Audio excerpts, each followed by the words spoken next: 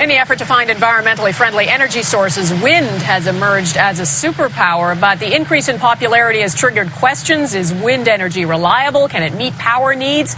And now, as our health specialist Jennifer Tryon reports, some people living near wind farms here in Ontario are asking whether the turbines could actually be making them sick. Beneath those turbines, way in the distance, is Tracy Van's real home. Just the other side of the first one that you see. She considers where she's renting now a safe enough distance. That was a real big factor. Did I want to stay here? Is it far enough away? Tracy believes if she gets too close to those wind turbines behind her house, she'll become violently ill. Very sick. Throwing up, diarrhea, lethargic. Horribly. Headache, pressure in my head.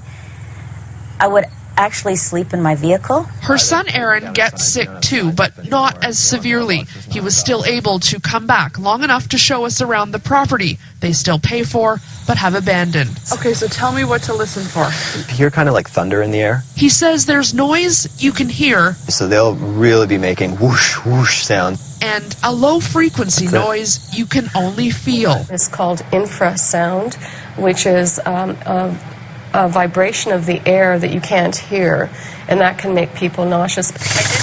A neighbor drove by, back from sleeping at her son's. She blames that low-frequency noise for never being able to fall asleep in her own house. I get a sensation of sort of a quivering sensation. I can't set up another place. I can't afford it.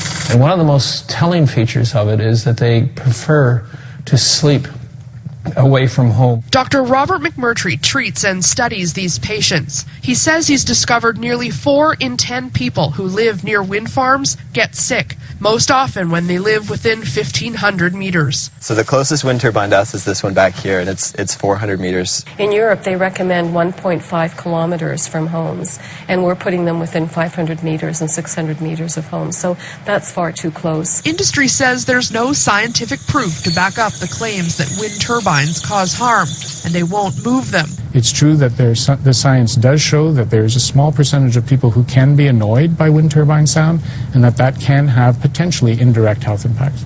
Annoyance, Tracy and Aaron say, is being sick and ignored by the industry and government, set to build another 10,000 turbines in Ontario. They think that it's all in my head.